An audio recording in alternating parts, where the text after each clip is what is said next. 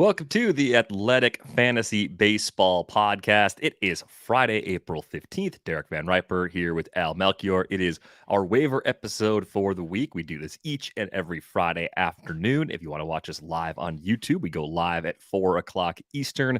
We're always happy to take questions throughout the time that we're recording as well.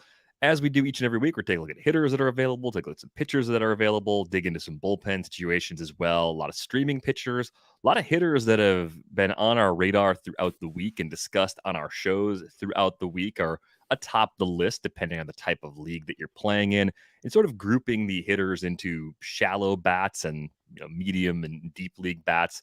The first name that naturally comes up is Steven Kwan. Al, there's really nothing left to say about Steven Kwan because it's all been said throughout this week on the show, in articles, on other podcasts out there, and other articles around the fantasy baseball industry. But the last real question, I guess, if there is one, is Steven Kwan the kind of player that should be rostered in 100% of leagues? Is he the kind of guy that's showing us enough early on where you would want to have him in a 10-team league with 3 outfield spots? Because he's over 80% rostered now on CBS. That number continues to climb. And those types of leagues are really the last frontier for him to be universally rostered. Well, I'm so glad you asked this question because this was what I led off the weekly waiver wire piece with, this very question. Just for the sake of consistency, right about Steven Kwan, make it just a straight across the board. Could check that one off for Steven Kwan too. But so my answer to that question was no, I don't think he is. And I looked for comps in terms of skills, and the name I came up with, and I wrote about this in the piece, is JP Crawford. And I understand that they're different positions, and maybe you could argue that somebody with that skill set has a little bit more value at shortstop or at outfield than at shortstop, which is just so deep. But ultimately, what you're getting from Kwan is right now the highest batting average in the major leagues. That's obviously going to regress, and when that levels off, what you'll be left with is probably not very much power.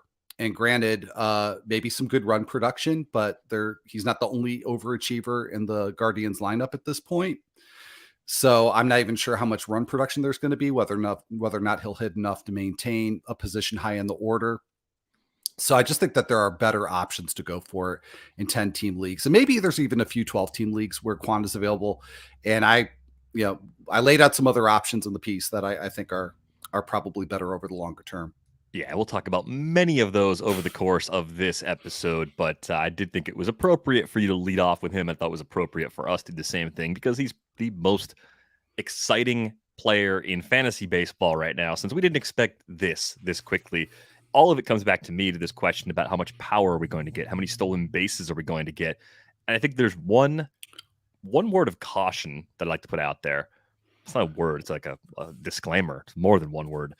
I think when you have a player like Steven Kwan who puts so many balls in play, I think he does have a very good hit tool. I think that's pretty clear. Looking at the lack of swinging strikes and the extremely low K rate, and he did these things in the minor leagues. You have a player who is going to draw probably almost certain blue ink in terms of his average exit velocity because he's hitting so many balls that other guys don't hit. So instead of swinging and missing, he gets some weak contact in there. That's part of making contact all the time. So I guess what I'm saying is I wouldn't look at his low average exit velocity and say he has no power based on that. Where he's got 1 barrel out of 19 batted balls entering play on Friday. That's the number you want to keep an eye on. How many barrels does he get? As we get more and more information, how many times does he hit the ball hard at the optimal launch angle? Because I think that will give us a better guide as to where his true in-game home run power actually lies. And I think the thing you can use max exit velo for is approximating a player's raw power ability. So far, and it's still early, he's got a max exit velocity of 103. And I looked it up. That would have been the absolute lowest among qualified hitters last year. There are some players near the bottom of that leaderboard that pop some home runs for us, right? Whit Merrifield's low on that list most years. Mookie Betts came out really low on it last year too. So it doesn't mean that he's not good. Josh Rojas, I think, was actually dead last among qualified players. Rojas hits some home runs. Mm-hmm. So it's just a word of caution for people out there trying to approximate ceiling in that particular category. I don't know if he's necessarily a 5-homer guy or an 8-homer guy. I think he's probably more likely a 12 to 15 home run guy over a full season. I don't think he's going to run a lot. And I think because he gets on base a ton, his hold on a spot near the top of the lineup is actually pretty stable.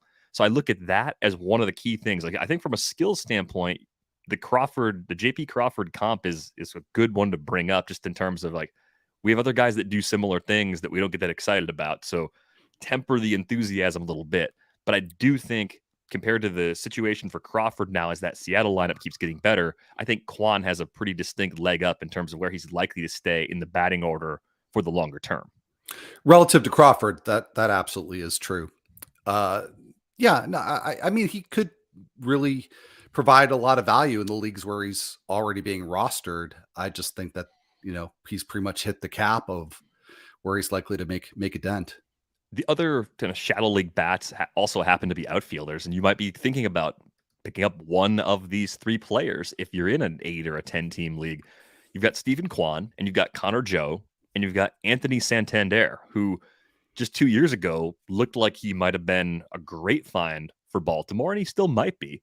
And I think it's interesting. Kwan is more rostered than both of those players. And if you go back just a few weeks ago to the end of draft season, Joe and Santander were being drafted ahead of Kwan. So I'm just curious, if you could only have one of those 3 players for the rest of the season, again, assuming a more shallow format, who do you actually want? Do you want Joe as a guy that gets to play half his games in Colorado? Do you want Santander as a guy that might be in the best playing time situation of all 3, potentially, depending on how things break? How do you stack them up against each other?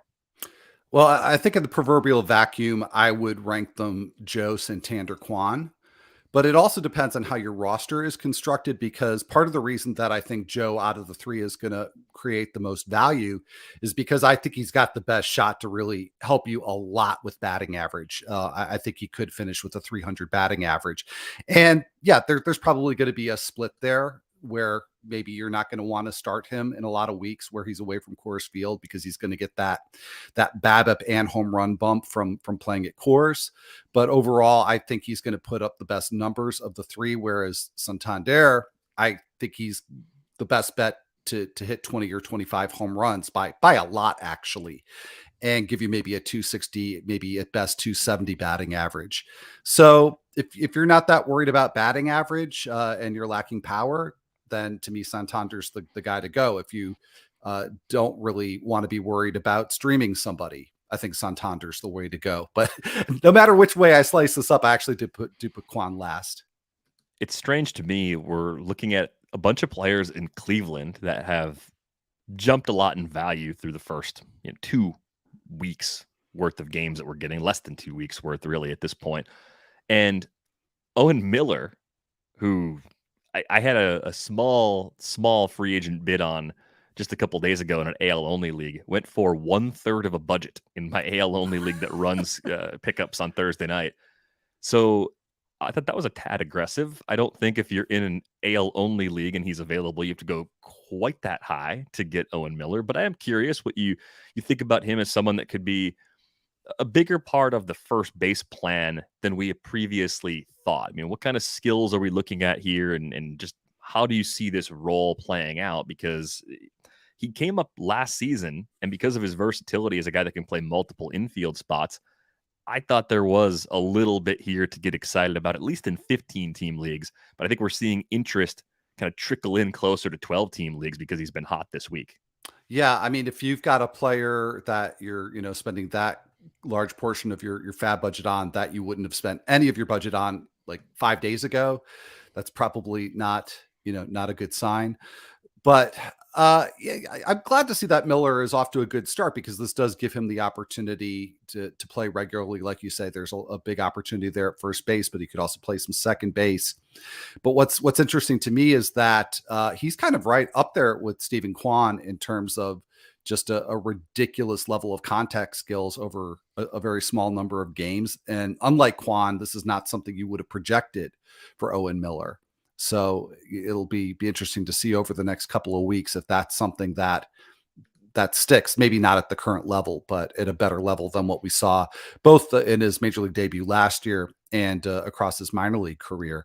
But he's got a little bit of thump there. So with some regular play, I could see Miller getting about 15 home runs or so. And again, depending on where the strikeout rate is at, could really help you with batting average. So um, definitely, I think a more valuable player than we all thought 4 or 5 days ago, but maybe not as valuable as the bidding out there is suggesting. Yeah, and I think the other thing you got to keep in mind too with that defensive versatility is that, second base might be where he ends up playing a lot depending on what they do with Josh Naylor. I think the Guardians want to give Josh Naylor an opportunity once he's healthy, and I think they're right to. He's still relatively young. He's shown some flashes of at least being a good big side platoon guy from a hit tool perspective. So I think we could see him move around and ultimately be a pretty versatile piece in this Cleveland lineup. So I'm intrigued by Owen Miller, but I think I'm limiting him more to 15-team mixed leagues for now. Maybe he's a bottom of the waiver wire list, a min-bid sort of player in a 12, since he's seemingly holding on to that first base job, at least temporarily.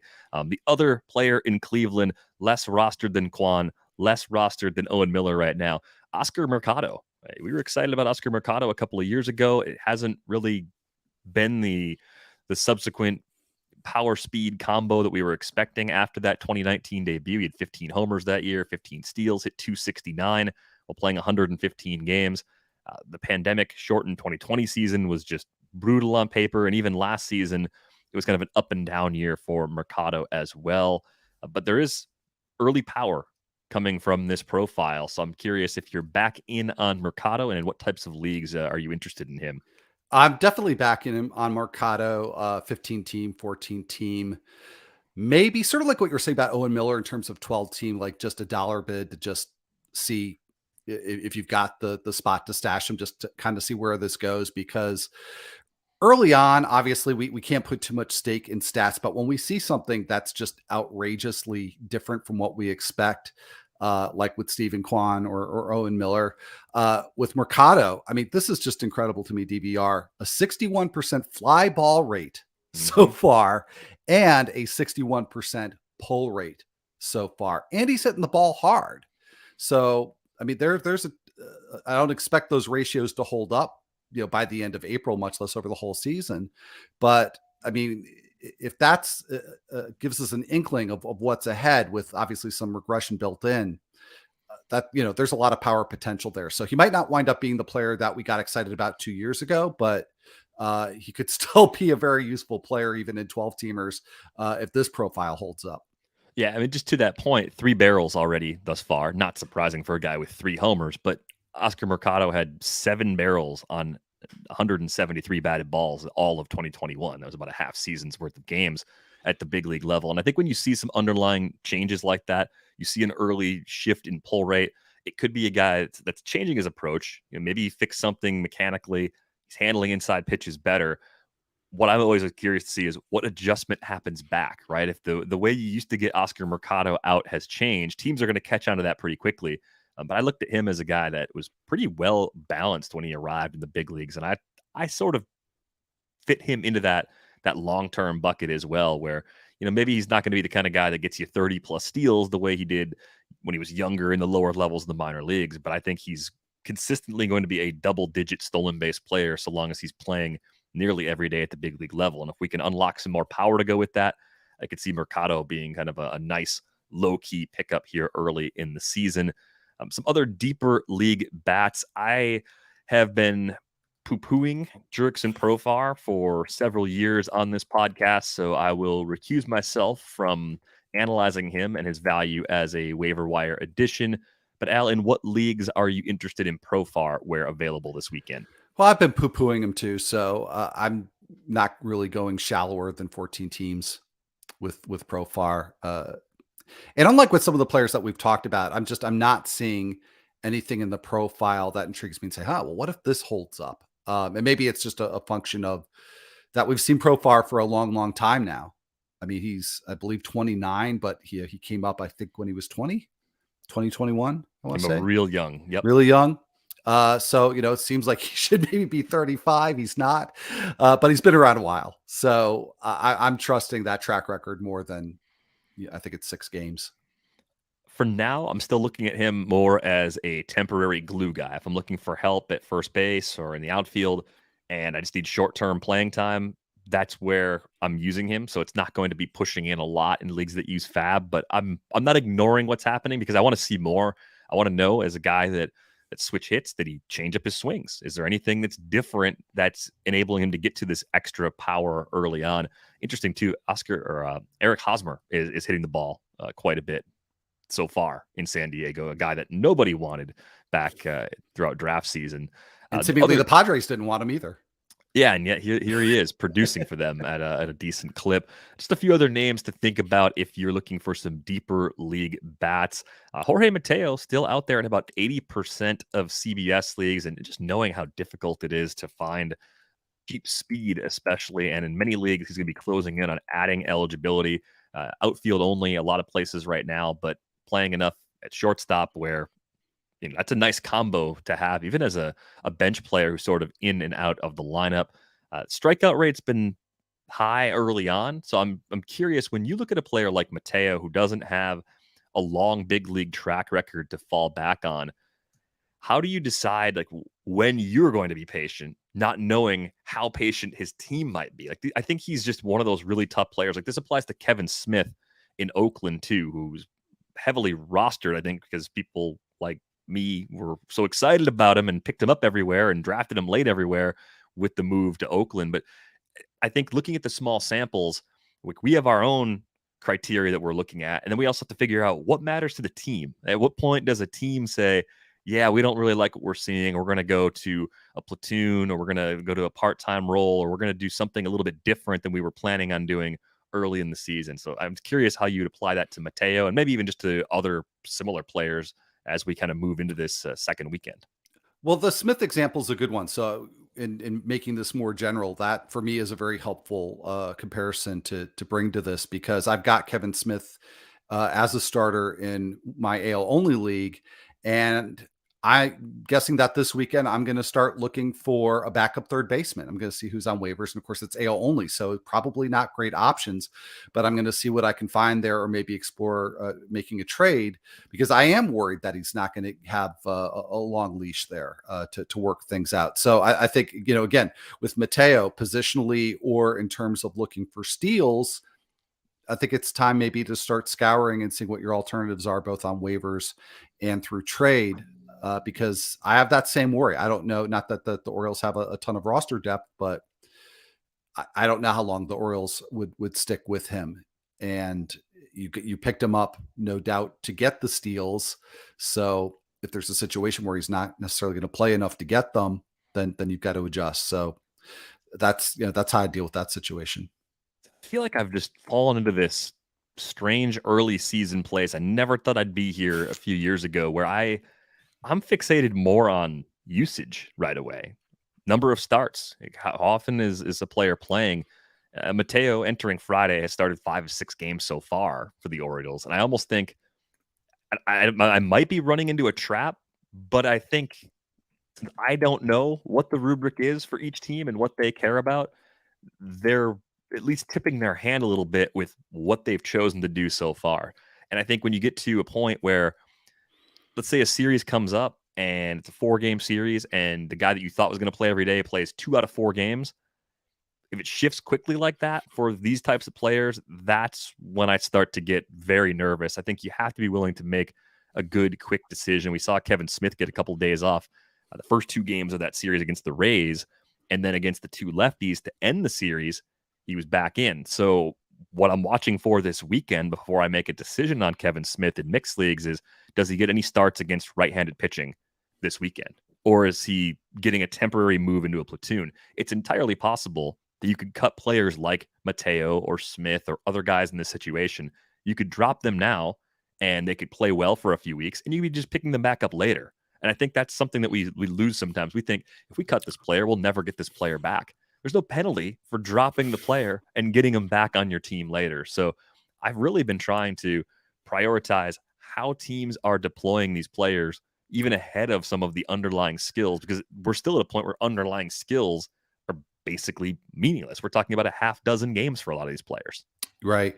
No, I'm taking a similar approach, DVR, and looking at the roster trends, looking at the roster rates for these players that we're concerned about, and looking at the change in roster rate, because if it's a flat or declining roster rate and the baseline's really low, like you have I wouldn't have had Smith in the 12-team league, but let's say I've got him in a 14-teamer, and there, and the roster rate is not commensurate with that, with that level of depth, then yeah, I would drop them and hope that I could pick them back up later. Or, if I'm looking at a player in 12 team and everybody that I'm rostered is at 60% roster rate and up, and I've got somebody who's at 30, even if I really like that player's probably going to be the odd player out.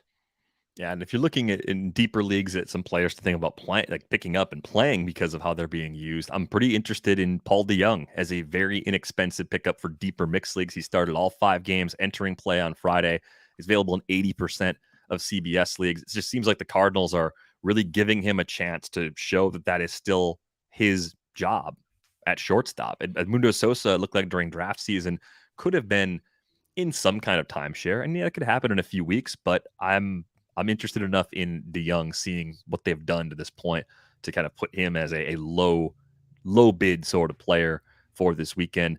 I think Christian Walker maybe fits into this conversation a little bit as well. If you're looking for some cheap power at first base, I wasn't really opposed to him as a very late corner option throughout draft season, but I also wasn't going out of my way to get him. I mean, he's 6 for 6 in terms of starts. Every start in the cleanup spot, it looks very clear that for the foreseeable future, he is the everyday first baseman in Arizona. Yeah, and first base is not the deepest, so why not? And he may be the sort of player that, again, if it doesn't work out, if there's a flavor of the week that's out there and he becomes expendable, chances are probably you can get him back.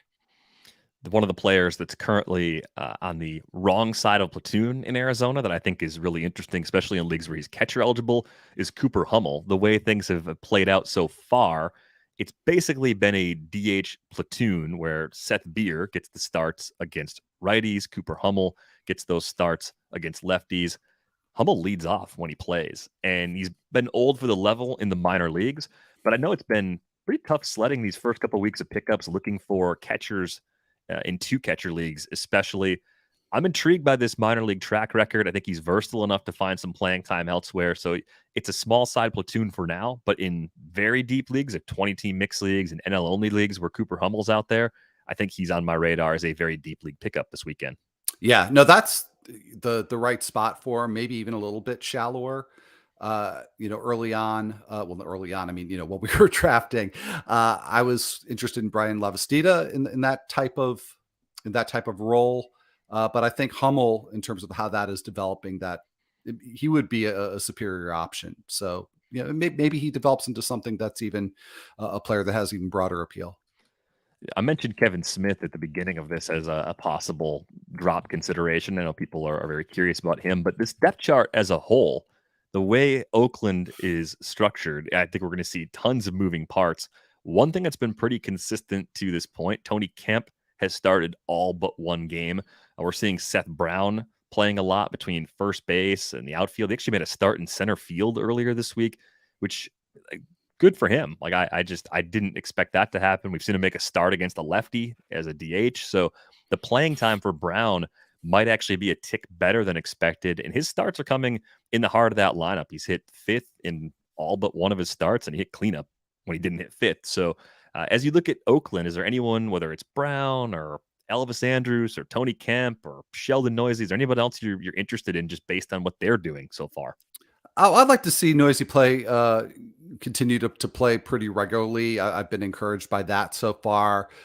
Similarly, with Chad Pinder, got a few starts in a row, and definitely want to monitor his playing time, because there's a lot of power there, even though there's also a lot of swing and miss. You mentioned Elvis Andrus, and he's off to a fairly good start. So he's somebody who I think is not on a lot of people's radar, because it's been several seasons in a row of definitely a lower level of production than what we used to be accustomed to. But not anybody that I'm probably going to be bidding on this weekend, but definitely somebody I'm watching. So the key player there in Oakland is the one that you let off with, Seth Brown, because he is hitting in a prominent spot in the order. He is playing very regularly. You would expect that to have happened. You would expect that to be continuing for Seth Brown. And this coming week, the A's have a really nice schedule for their hitters. So if you did want to pick up Brown, or maybe even go a little further down the lineup and get somebody like Andrews, for example, they've got 7 home games, 4 against the Orioles, 3 against the Rangers. So there's probably John Gray is going to be the toughest starter that they face out of that group. And really beyond him, there's nobody that, not to be, mean about or anything, but nobody there that you would really fear for your hitters. So if there are any Oakland A's that you've been on the fence about, this is definitely the week to go pick them up, and at the very minimum stream them. And for me, Seth Brown is absolutely at the top of the list, and the one that I would target in my 12-team leagues. Yeah, you're getting volume from the A's this week, and you're getting favorable matchups. That Monday night home opener against the Orioles, I've been thinking about going to it, and I don't know, Al. It's that could be a tough watch. I might be a little more comfortable just enjoying that one from the couch when I can flip over to some other games that night if I don't really like what I see.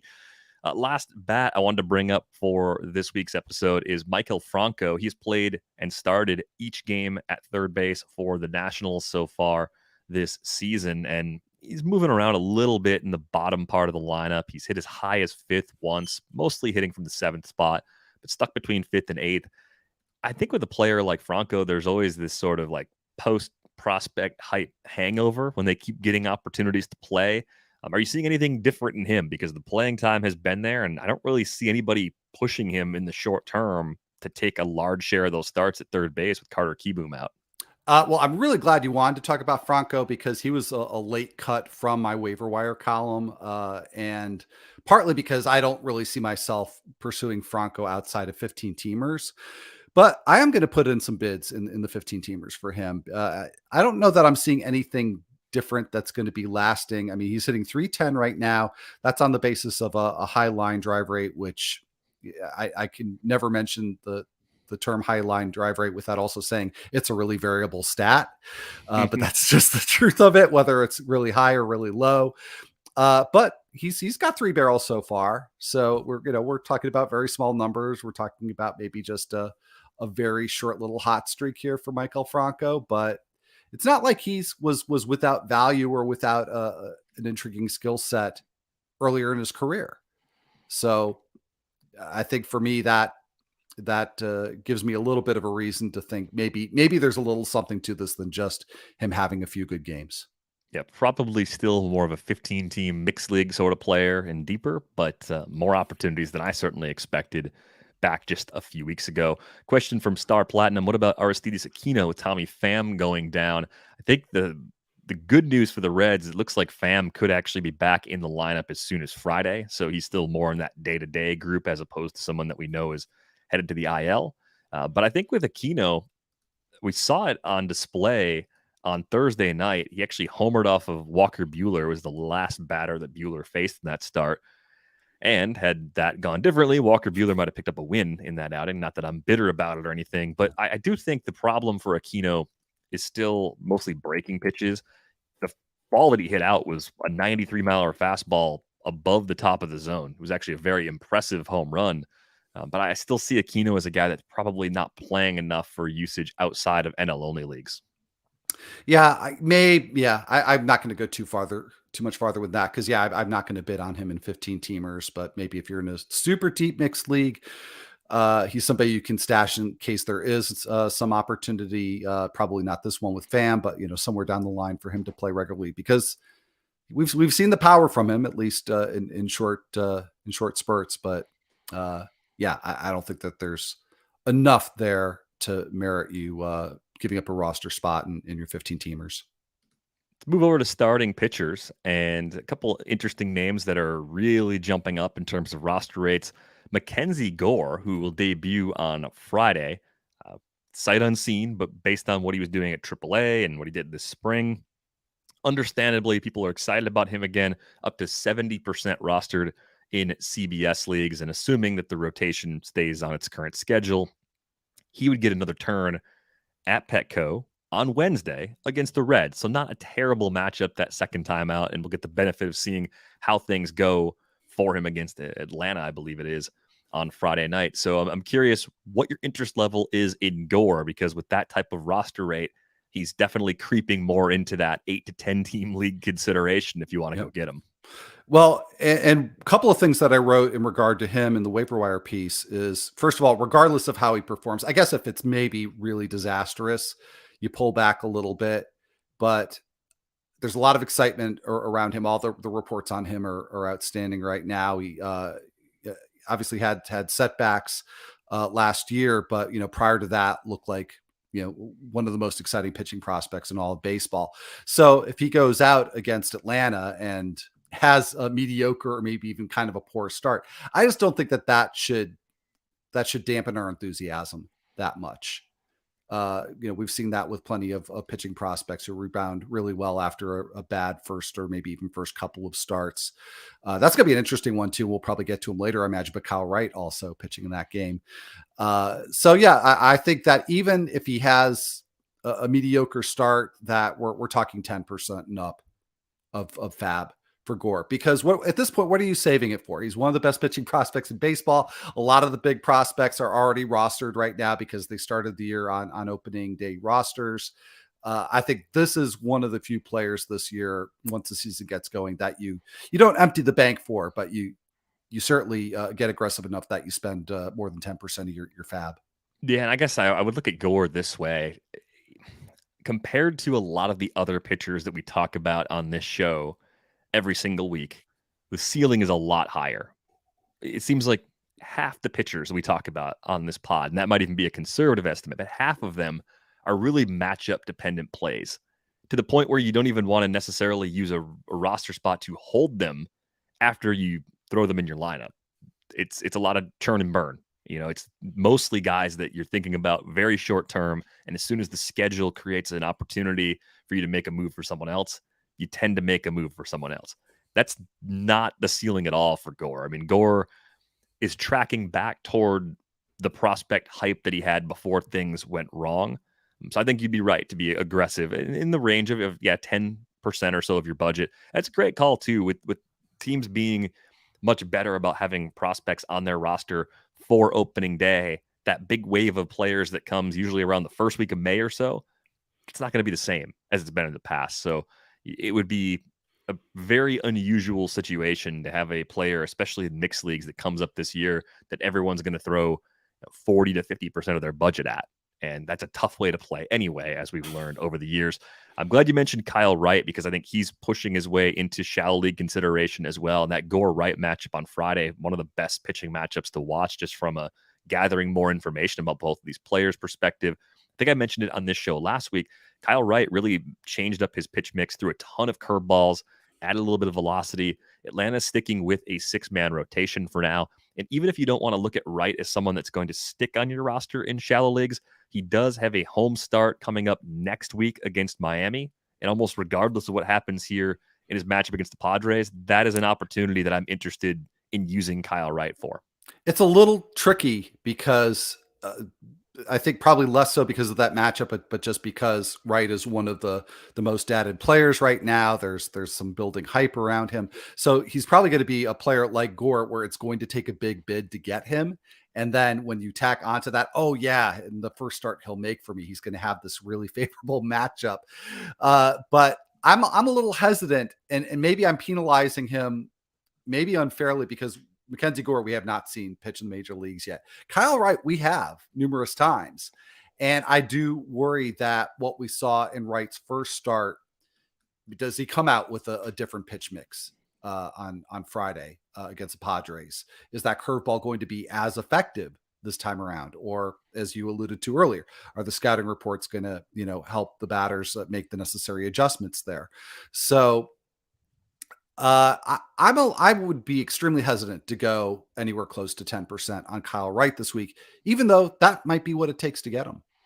Yeah, I don't think you want to bid quite as much, but I also think there's a chance that what we saw was real. It was a big enough change where you might find yourself holding on to Wright a bit longer than some of the other streaming pitcher types. And I think we have a guy that maybe is graduating from that level. I know he's someone that you've liked at least off and on, if not consistently, since he came back to the States from the KBO. That's Merrill Kelly. He's now up above 50% rostered in CBS leagues. And even if you've been a skeptic, which I think I have been for most of the time since Kelly came back, the velo's up. Looks like he's made some adjustments himself. He's got at Washington and home against the Mets. So it's a 2-start week. And I think if there's a 12-team league where he's still somehow out there, you definitely want him for a 2-start week, but he also might be a little more sticky on the rosters this year than he has been in the past. I think so. And I actually drafted Kelly for my 12-teamer, not because I'm so big on him that it's just like, oh, this is a player I have to have.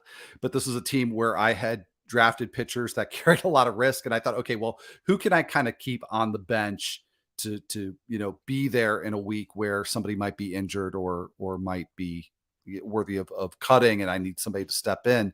And in the late rounds, Kelly, what really stood out to me is that kind of pitcher. That would be nice to have on my roster. Now, fortunately, he's throwing a little bit harder, about 2 miles an hour harder than he did early last season.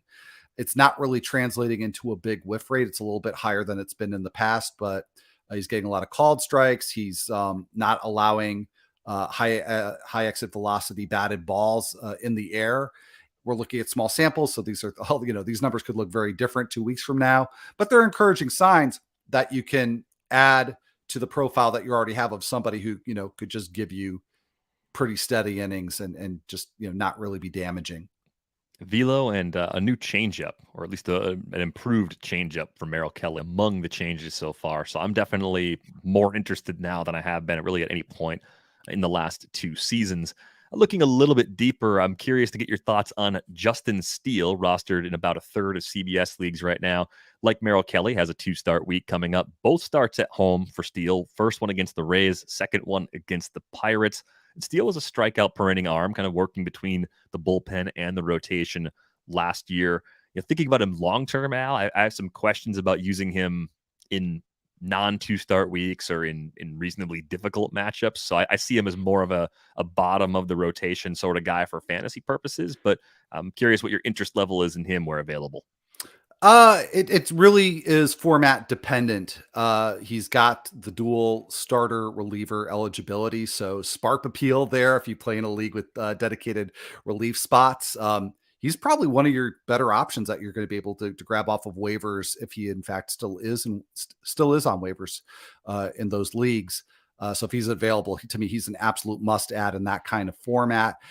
I'm a little bit skeptical given the plate discipline profile that over the long term, he'll be a strikeout per inning guy. I think in some ways I think he'll profile more like Merrill Kelly, but is a more reliable inducer of grounders. So even though he may not help you a ton with strikeouts, I do think that he'll be a good run preventer, could get, quality starts, wins. So basically what I'm saying is I kind of like him for points leagues. I don't know how great he's going to be for Roto. But there's some appeal there, and somebody who can get a lot of ground balls consistently. He's at least going to be able to keep runs off the board. Yeah, I think the park alone makes Justin Steele an interesting streamer when the right matchups come up. And I'm willing to take my medicine with the first matchup against the Rays, knowing that second one against the Pirates follows in weekly formats. A couple other pitchers I wanted to get to here. Spencer Strider, who's still not in that expanded Atlanta rotation, but had a ton of pitches thrown in his last relief appearance. So he seems to be stretched out enough to make the move into the rotation if they want him to do that. What are you doing with Strider in leagues where he's available, especially redraft leagues and keeper leagues and dynasty leagues? It's been easy. Where available, you want him because you can kind of see where the long-term future lies. But in leagues that are redraft formats, especially 12-teamers, he might be the most skilled pitcher out there in some of those leagues, but the usage isn't quite what we want it to be. Yeah. Well, in some ways, it sort of reminds me of the level of interest that I had in TJ Antone this time last year, where we didn't know if he was going to close. We didn't know if he was going to be long relief, if he was going to be in the rotation. Ultimately, of course, it wound up, being sort of a lost season. But,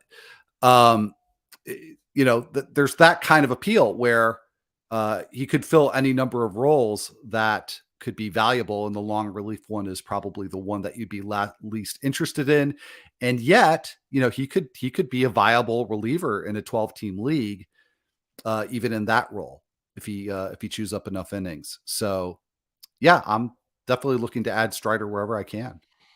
Really good numbers in the pitching model, the pitching plus model that Saris has, but we just need a better role for it to actually work out. Another guy that I thought was interesting because of how he looked in his first start of the season is Michael Lorenzen. I looked at the schedule for the upcoming week, though. He's got the Astros. I don't see a lot, and I don't see enough there to justify rostering him and then holding him for an entire week before possibly using him the following week. So he's more of a watch list player for me in most circumstances. Absolutely. I figured that's what he's going to be for most people. And because of that Houston matchup, I also did not include him in the waiver column, but was in the first draft of that. So yeah, I want to see how he does against the Astros. But for now, I kind of put him in the same bucket as Justin Steele, as somebody who eventually will get SPRP eligibility, has over his career gotten a lot of ground balls, and so could have that similar type of appeal, which unfortunately means that maybe he's not going to be somebody you're going to use other than to stream in most of your roto leagues. Let's go to the Pittsburgh rotation, where it looks like Zach Thompson is going to have a 2-start week. He's available in some deeper formats out there as well. Both of those starts coming on the road. The first one lined up against the Brewers, second one lined up against the Cubs. Any interest either as a 1-week play, or do you actually see anything of longer term interest when it comes to Thompson?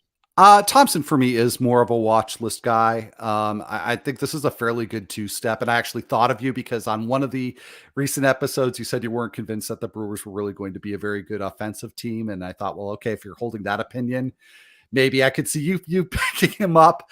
But as of right now, yeah, that is a pretty good 2-step. But I'm not really viewing Thompson as much more than a streamer. We'll see how he comes out of this week. He had a very nice debut with the Marlins, kind of tailed off after a really, really good start. So I kind of feel like I just need to see more of Zach Thompson to know exactly what to expect. Yeah, that's fair. I mean, I see a little more of like a back end type starter. I would be in a 15-team league. I'm probably holding off in a 12 right now. I think he's the kind of guy I'd be streaming more later this summer if I was chasing volume. And I knew at that point that, maybe the ratios were already a little bit beat up. I think we've talked about that type of situation quite a bit over the years. And I think that's sort of where I'm at with Thompson right now. And just looking at the Brewers, and I think this is important to keep an eye on too as we get further into the season. I think I'm looking at team strikeout rate to see if they've improved from last year because they had a strikeout problem. So far, that actually has been a bit better, 22.2%. I'm looking at the health of you guys. Luis Urias right now, of course, is down. And Christian Yelich. Yelich is hitting the ball hard. He missed the home run by about a foot in the home opener on Thursday, making a lot more consistent hard contact. So there's a couple things that are trending in the right direction in these early series that could eventually put me back into the at Milwaukee is scary for streaming purposes. I wouldn't say I'm all the way there yet. I'm just starting to take a step in that direction based on what we've seen here in these first few series, which I think it's a reasonable way to go. Like I just things can change so fast with a team. If you take one key bat out of the lineup and maybe they're mixing and matching in a couple of spots, that's all it takes to go from even being an average lineup to a below average lineup. And then suddenly you're looking at guys like Thompson and Justin Steele, and you're throwing them out there in a matchup that you wouldn't have even thought about throwing them out there for just a few weeks ago. Yeah, no, that's it's a thin line to be sure. Right now, though, for me, Thompson is on the watch list side of that line. What are you doing with Drew Smiley at this point? He's got another start against the Pirates. That would be at Wrigley, and that would be 1 week from today. So in leagues where he's available, is Drew Smiley in your circle of trust as a streamer? I remember we talked about him probably about this time last week, and I said he was not in the circle of trust yet. And you're really not in the circle of trust when you're passing on a pitcher who's got to start against the Pirates. And I just still do not trust Drew Smiley. Yeah, he was easy to avoid in some cases because it was at Pittsburgh, and then they have a road matchup for him in Colorado this weekend. I don't think the result of the Colorado start really changes my issues or my interest in him. I think in 15 teamers, I'm going to say he's in for me. I'll take my chances on Smiley just by the thinnest of margins. Like probably the the least stable starter that I'm willing to throw out there at this point. Reiver Sanmartin actually worked out of the bullpen on Thursday, so it's not confirmed just yet, but he would line up to actually pitch in San Diego on Tuesday. I'm actually pretty interested in him if we can get confirmation that he's a regular part of this rotation going into next week. I am making the assumption that he is because he was just following Luis Sessa as the follower. Sessa is the opener, and like you said, pitched incredibly well in that game. So yeah, I like him a lot. Another ground ball pitcher who last season showed a little bit of strikeout upside. I'm not sure how much there is beyond that, but San Martin is definitely somebody for me that I would feel very comfortable streaming when there's a good matchup. Yeah, 5 scoreless behind Sessa and just 2 hits allowed. So really impressive performance for him. And again, hopefully getting bulk or a confirmed start against the Padres next week. How about 2 Rockies on the road? I think of all the people I know, you might be more willing to use Colorado pitchers on the road than most. Antonio Senzatella and Austin Gomber have road outings next week. They've got road matchups against the Tigers. So are you going after one or both of them? Probably not. If that was paired with another start, that was pretty good because the Tigers have not been hitting that well. But I'm pretty excited about this team, both pitching and hitting wise. Until they prove otherwise over a longer span of games. So yeah, I'm not quite at the one start stream yet with Gomber Sensatella. I'm much closer with Gomber, but I just want to see another start or two from him.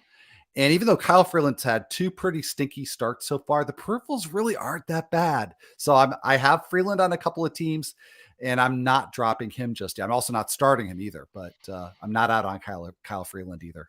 I think when Kyle Freeland pitches, Al, I think you owe it to yourself to go over to whatever DFS site you like to play on, DraftKings, FanDuel, whatever. Go to the biggest field tournament, the reasonably low stakes, $3, $5, whatever, $10, whatever you want to play, but just something with a big field. I think you have to play Freeland. I think if you believe in Freeland, you need to go and use him in those spots because if you're right, it's going to save you a ton on the cap. You're probably going to get him at a low usage and you're going to have an opportunity to take down a tournament. So I like it. I'm always afraid. I'm afraid of the Colorado starters, especially Kyle Freeland. I think of these 2, if I had to use one of Senzatella or Gomber, I think it'd be Gomber. I think he's just the better pitcher of the 2 at this point. So he's probably the on again, off again Rocky starter that I am trying to use on the road. I noticed Michael Pineda could be back for that series against Colorado. I believe the schedule has him throwing at Toledo on Sunday, and that would keep him on a regular rest to be good to go probably Friday next week.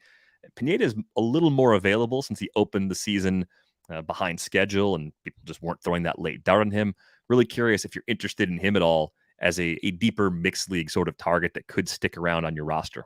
Absolutely. And as you're saying this, I'm thinking this was an oversight. He definitely belonged in the waiver wire piece, and would want to stash him initially, but definitely interested in picking him up in deeper leagues. Yeah, I think we kind of know the story with Pineda and what he does well and what he doesn't. Mostly it's that he keeps the free passes to a minimum, and when things aren't going well, he struggles with the long ball. But I do think especially early in the season, pitching in Detroit when it's a little cooler, it's a pitcher-friendly park anyway. There could be a lot of spots where you actually end up liking him quite a bit. And if we can find out coming out of that Sunday turn at AAA that he is in fact all the way back and ready to go for that Rocky start, he jumps up this list a little bit because there is some longer-term appeal. We have an injury in the Mets rotation, another injury, Taijuan Walker on the IL right now with shoulder bursitis. What are you doing with David Peterson where available? I'd be interested in picking him up in 15 teamers. And when there was a lack of clarity initially with DeGrom and who was going to fill that role, I mean, I thought it could have been Peterson as easily as it could have been McGill. Obviously, the Mets made a great choice with Tyler McGill, but I like Peterson too. So not to the degree that I would like McGill, where he does belong in 12 teamers, but Peterson should be picked up in 15 team leagues for sure. 2 other streamers, both from the AL West. Chris Flexen, do you trust him at home against the Royals next week?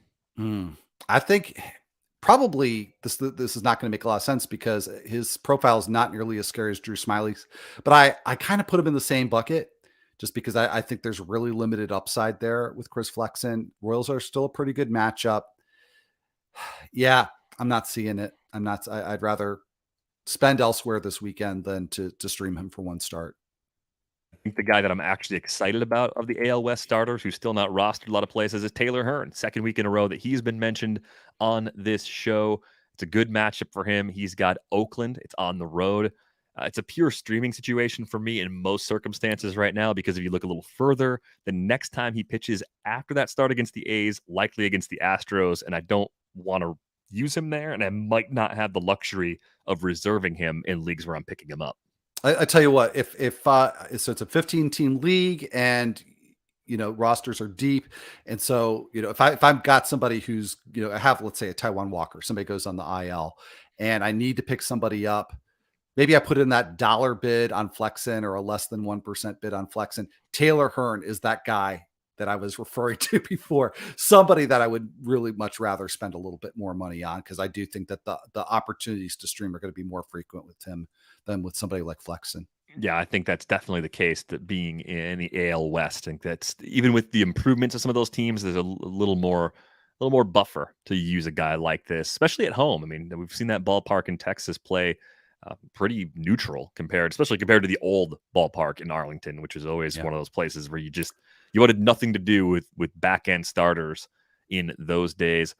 Let's shift the focus over to closers, the closer carousel. I know you guys got to talk a lot about it. You and Michael Beller had Greg Jewett on this pod on Thursday. So if you didn't catch that episode yet, you should go back and listen to that, because you were able to go more in depth about all these situations that we're going to be able to do on this show.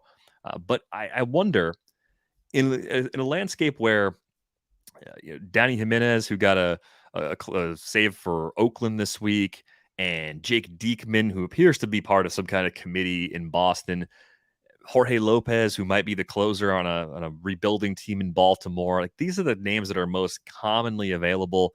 In more shallow leagues, we get guys like David Robertson still hanging around on the wire, and I think Robertson is just a cut above a lot of the other relievers currently out there that you're chasing for saves. So if you happen to be in a spot where Robertson's out there, being a little more aggressive to get him makes some sense to me. Is there anyone of that group, out of Diekman, Lopez, Jimenez, even I guess Tanner Rainey could probably be a part of this too, although I'll just answer my own question right now. I think Rainey's better than those guys. Like, I think I'd go Robertson, Rainey, and then start to work through this next cluster.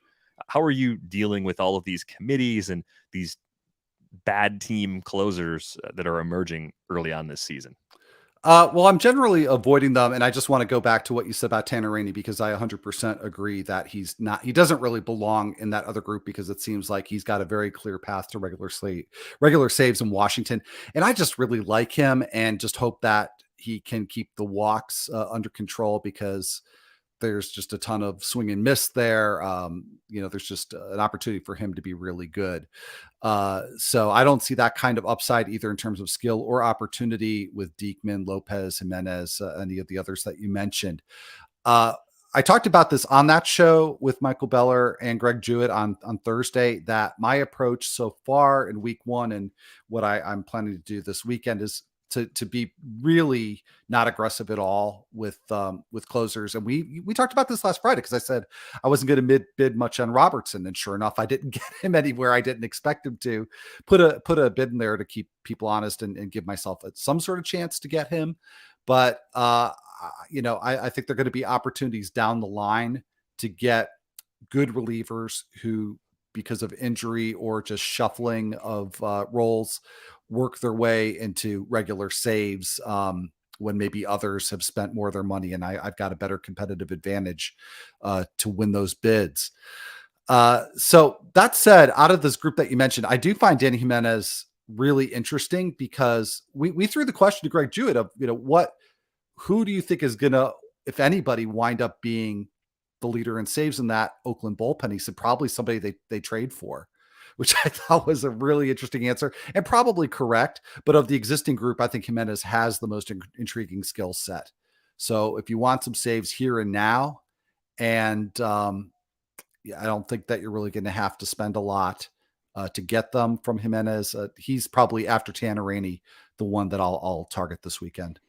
Yeah, I think with Rainey, I mean, we've seen some issues with walks in the past. He was one of those guys that if you go back and look at 2020, and it's a little easier to take relief performances in 2020 and get some meaning from them than it is for a lot of other types of players.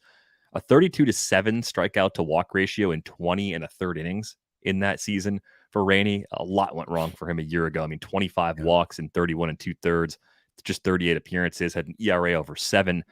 So the thing I'm looking for is control. How is he doing with walks? 3Ks against no walks so far. Looking at Eno's pitching model, interesting too that the location number on Tanner Rainey is also good. I find that to be really encouraging given some of the issues he's had, both with homers and with free passes during his time in the big leagues. So I think there is some progress being made with that kind of skills flaw that we've seen from him. And I think from the Nats perspective, I guess I never looked at Kyle Finnegan and saw an obvious dominant closer option there. I think he's just a nice piece to have in the bullpen, but not necessarily the guy you'd want to have in the highest leverage spots. So that also gives me a little extra confidence that Rainey can really secure his hold on this role. Yeah, no, and likewise, I think he's worth a shot. There's obviously risk there, but the fact that I don't think there's a lot of competition in that bullpen and that the upside for him is really considerable. I'm not going to go all out to get any relievers this weekend, but my most aggressive bids will probably be for Rainey. I had one other question that I wanted to throw out there, a drops related question for you. And if you drafted Michael Conforto, you probably thought, surely he'll be signed by April 15th. And here we are so far, even with a few injuries. The Teoscar Hernandez injury, I think, was one where people on Twitter were kind of saying, hey, there you go. Go ahead, Blue Jays. Go get Michael Conforto. It hasn't happened yet. And I think even when it does happen now, we learned just a couple weeks ago that he had a shoulder injury way back in January. And once he signs, it's not like he's going to be in the big leagues 3 days later. It's going to Right. take a little bit of time for him to go either on a rehab assignment or instructs or whatever it is, just to get his timing back against actual pitching. And then you wonder, how good is he going to be from the jump once that happens?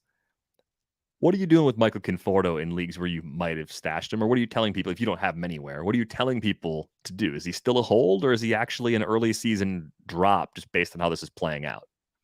Yeah, and this for me is hypothetical because I did not draft Conforto anywhere. But for me, he would just be a drop in 12 teamers. I mean, I would say 10, but I don't know how many 10-team leagues he would actually be in. But I think it would be fair to drop him in 12 teamers at this point. Deeper than that, I don't think you can justify it just because of what he could if he signed tomorrow, what he could give you not too far down the line.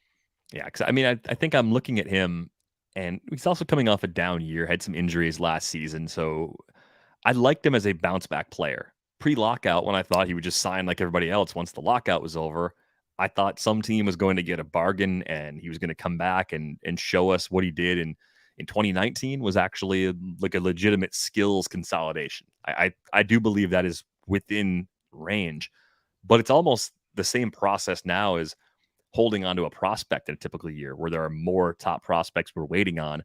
And you say, okay, it's been a couple of weeks. They haven't brought the guy up. Well, in this case, we're just talking about an unsigned player. And then once we get that news, it's going to be, I mean, if he signed today, would he play in a game before May 1st?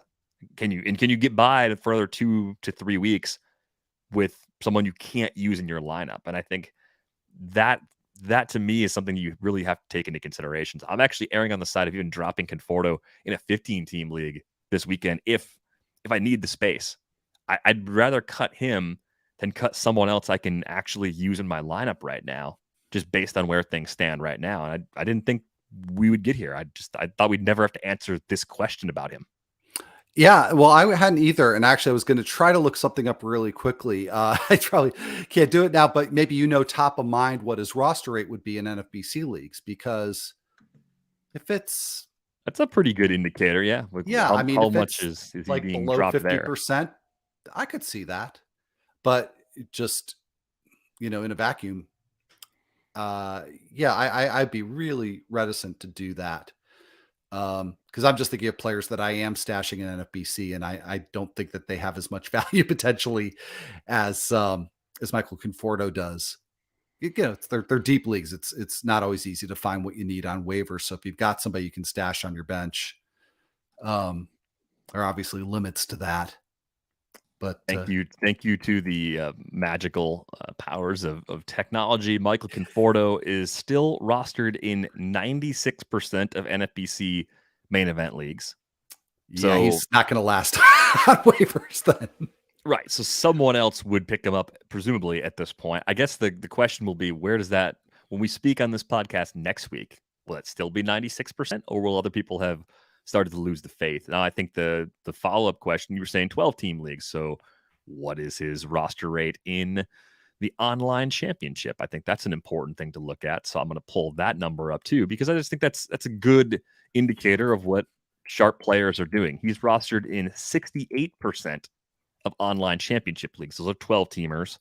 Entry fee is about a quarter of what it is to play in the main event, but that's probably a good cutoff at this point. If you're still waiting at a 12 and you need that spot, cut them loose. And a 15, if you can hold off a little longer, try to hold off a little bit longer. But I just think we've reached that point where he's going to need some time. It's not just signing late in spring training. It's signing after the season started. And when he shows up, he could be behind. He could be the kind of guy that opens the year in a pretty bad slump, simply because pitching so far ahead, and that's going to be really frustrating too. So hopefully he's got a team soon, but I'm increasingly frustrated by those places where I got the discount on Michael Conforto. That is going to do it for this episode of the Athletic Fantasy Baseball Podcast. Be sure to check out Al's waiver column this week. Every week goes up on Fridays, usually before we start going live. It should be available to you.